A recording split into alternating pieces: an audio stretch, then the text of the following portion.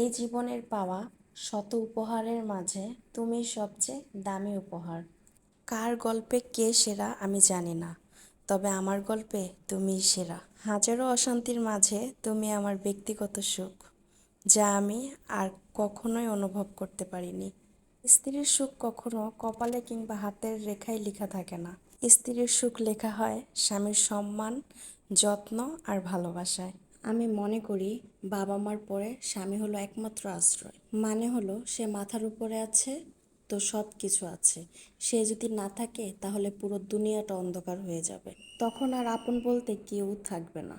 যার স্বামী ভালো হয় পৃথিবীতে তার কোনো বন্ধুর দরকার হয় না, কারণ তাকে হাসি খুশি রাখার জন্য একমাত্র তার স্বামীই যথেষ্ট। একটা মেয়ের সব থেকে আপন হচ্ছে তার স্বামী। যার স্বামী ভালো সে দুনিয়াতে জান্নাতে থাকে। বস্তা ভরা ভালোবাসা সবাই দেখাবে, কিন্তু এই দুনিয়াতে স্বামীর থেকে আপন আর কেউ হয় না। হ্যাঁ, এটা চিরন্ত সত্য, আর এটাই বাস্তব।